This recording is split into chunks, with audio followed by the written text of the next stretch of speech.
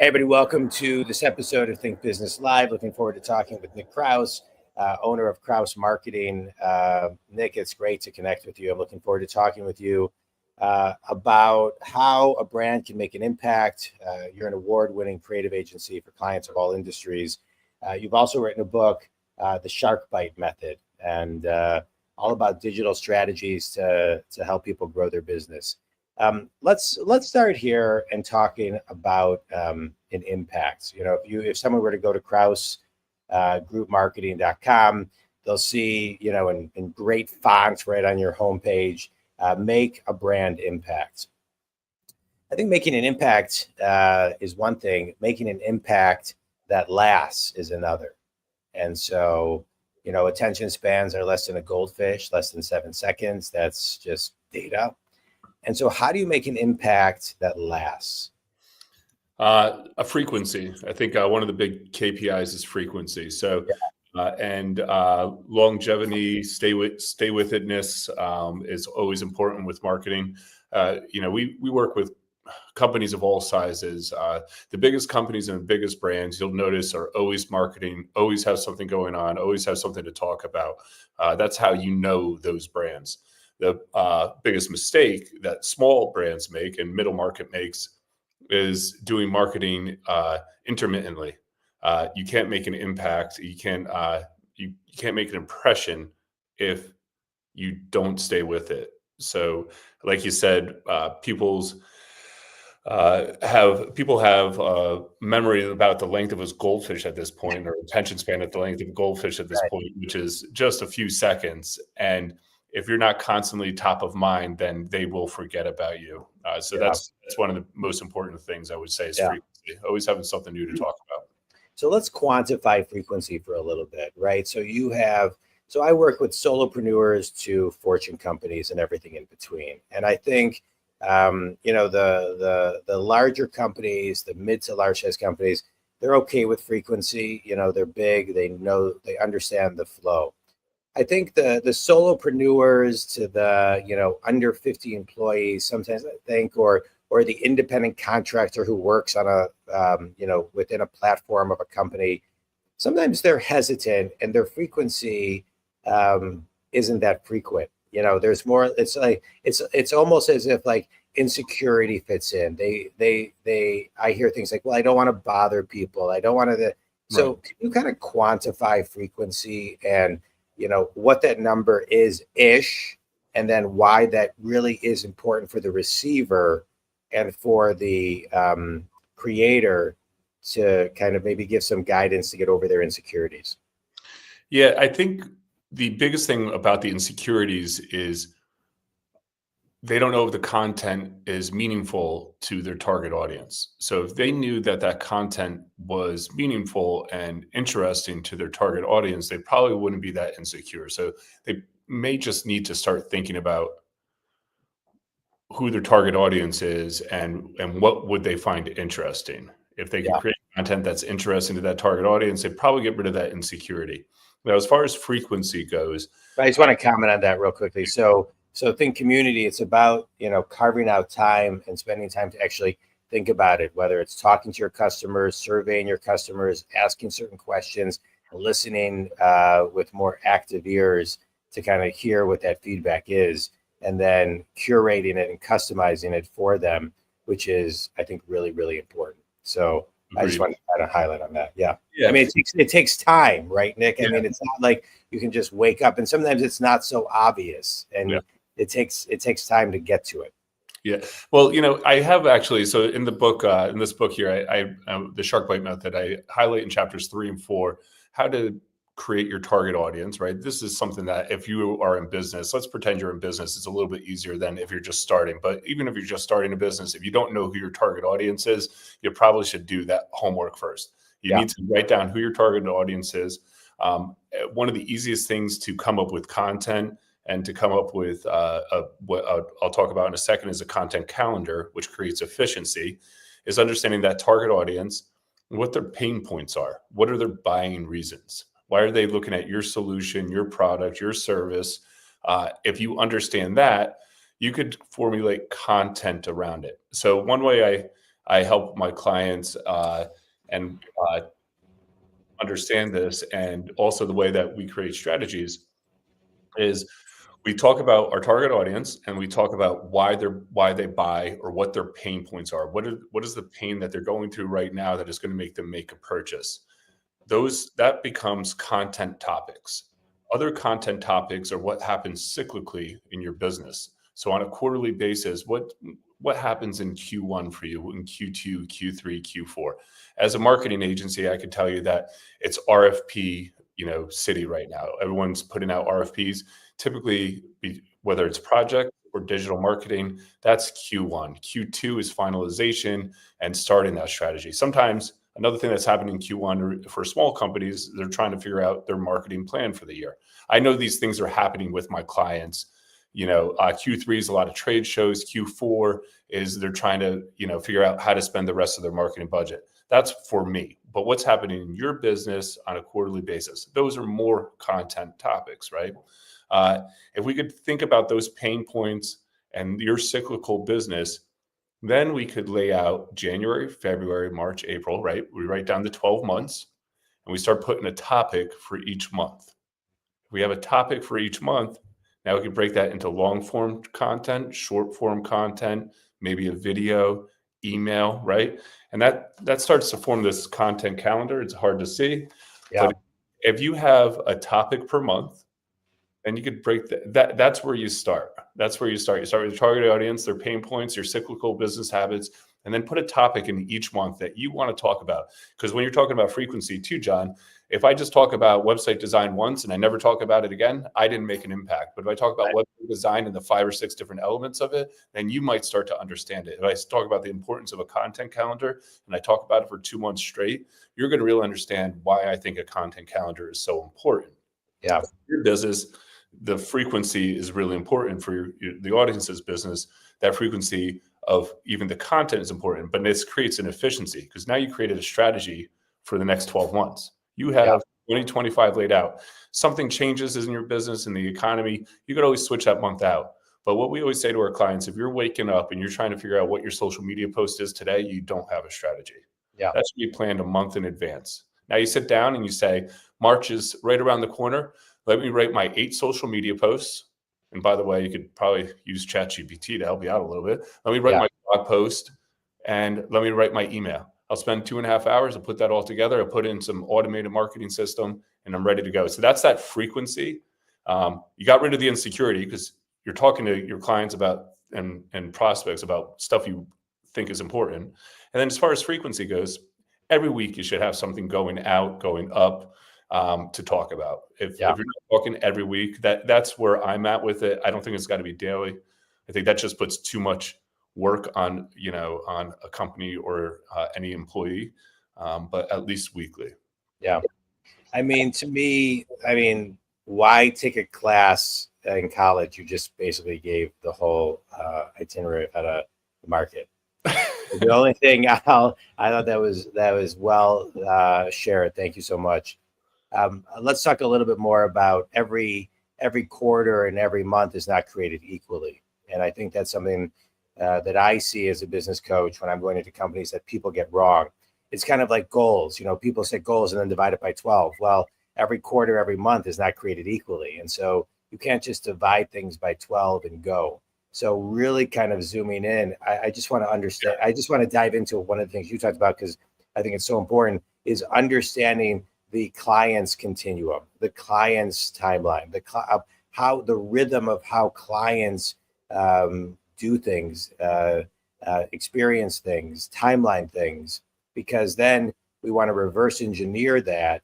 So we want to get in front of the 10, 50, or 100 touches that we need to have with that client so they, kind of recognize our brand or, get to know us a little bit on a different level. So can you just talk a little bit from your kind of brand and marketing mindset on that? Yeah, I couldn't agree more that not every month is built equally, and you could end up being the noise too, right? So there has to be some focus as well. You want to have messaging that is consistent, and You want to be talking. That's why I say, at 1 month or even 2 months at a time, talking about the same thing is okay, as long as you could break it into now subtopics of the main topic. That gives people an understanding of what they're going to consume when they get to you, subconsciously or consciously. Understanding is one of the and acceptance, allowing it to go into their own head is huge, and them having an understanding of what they're going to receive when they interact with your brand is really important. And like that might mean you have a grand opening of a new location coming up. You could talk about that for 2.5, 3 months of the grand opening, and then you could talk about it for another 2 or 3 months post grand opening, and you might have some evergreen content in there. But yeah, that not everything is created equally, not every topic is created equally, is all very important too when you're thinking about it. Yeah. All right. So let's talk about your book. Speaking of, not everything is created equally. I think a lot of times I wrote a book many years ago. I talked to a lot of people. Everybody says, oh, I have a book, but it's already been written. I want to do a podcast, but there's already too many. And I always say, well, yeah, but your book, your podcast, your voice, your experience, your perspective. So the more books, the better, the more podcasts, the better. When it comes to your book, The Shark Bite Method, well, what does that mean, the shark bite? I mean, kind of define kind of what the name means, and then tell us a little bit of how we can, put it into our world. Right. So the shark, right? Apex predator, evolved over time, several layers of teeth, always catches its prey, pretty mean, and probably the most epic predator on the planet, at least arguably. Our digital marketing strategy has several layers of digital tactics. It's been evolved over time. We consider it one of the best digital marketing strategies that you could implement. And the reason I wrote it is because whether you're a small business or a huge enterprise business, $5 billion, $10 billion revenue CMOs, I walk in and they don't understand how to put a digital marketing strategy together, utilizing several different tactics without driving themselves crazy, and how to create an efficiency of implementing that strategy. We've created that here at Kraus, and I thought it was just time to put it in a book so that when I go and talk to people about it, not only can I hand them the book, people could learn about it. It's Amazon bestseller. So it's been a really well received by clients, but just consumers that are just trying to understand how to implement a digital strategy. It's great. Good. All right, good. And that can be bought on Amazon. Obviously, it's a bestseller. The Shark Bite Method. So if somebody is reading it and they don't know where to begin, is it a book that you have to read from page 1 to the end, or is there specific chapters they can just dive in and get details? How does your book work? Yeah, I mean, so you could definitely jump around. So it explains the 6 to 7 tactics that we utilize for every single company digitally. And I always like business books that you can jump to a chapter that you find interesting, or if like for instance, this highlights search engine optimization. If you know SEO up and down, you don't have to read that whole chapter. And I always enjoyed consuming my business learning books in a way that I could skip to the next chapter and I didn't miss anything. So while they do all work together, there are several different tactics within it that if you don't know about that specific tactic, you could hop to that chapter. If you don't know about how to have an efficient process, for instance, for a content calendar, those are all different parts that you could read almost individually without having to consume the whole book. Yeah, it's great. All right, let's talk about, I want to get back to, how to curate a brand message for yourself as a company, because you talked about, there is a lot of noise out there, and, and we really have to differentiate ourselves today to be heard, to be noticed, to be, more importantly, remembered. And so how does somebody really kind of not only curate and customize something for themselves, and I know you help them do that, but then what's the shelf life of that? Because it seems to me like, it used to be, I remember growing up, like, the shelf life of an ad, it seemed like they were on for years. Today, the consumer is changing. The way we consume information is changing. Habits are changing. What we love one day, we don't like the next day. Everything seems to be accelerated at a very turbocharge. And so can you just kind of talk on that and kind of how you as an agency work with your clients and how people should be thinking today? Yeah, I think the most important thing about your brand is you need to know who you want to be as a brand. And that can't be selfish. It has to be with the understanding of who your client is and that target audience, right? So you who you are as a brand for that target audience is what you should be thinking. And that should be well defined in a strategic creative brief. And that really shouldn't waver that much. Every 2 or 3 years, it could be updated, kind of in a large way. And it should evolve all the time, little changes to it based on how it's being received and whatnot, and how your company's changing and the industry is changing. But for the most part, who you are is very important. Who your brand is very important. If that's well thought out, then the rest is just tactics and creative around it. But it still should go back to who you are as a brand, right? So you as Jon would never do something that's immoral or against one of your main ethics, because that's just who you are as Jon. Right. And even though it might be really cool at that moment that you wouldn't do it, that's how you got to think about your brand. Does this match my brand? From there, things can change as far as what your tactics are. Things can get funny or fun, or they could be creative. But I think one of the easiest places for people to start is thought leadership, especially for professional services and B2B, but even consumer products is like that thought leadership. What are you actually solving, and what makes your product more unique than someone else's, or your service more unique than someone else's? And that problem that you're solving, that thought leadership and that forward thinking is a great place for people to start, because that is always evolving and always changing. And that's a place where you can create a lot of content around without it having to be the same thing over and over again. I love it. I love it.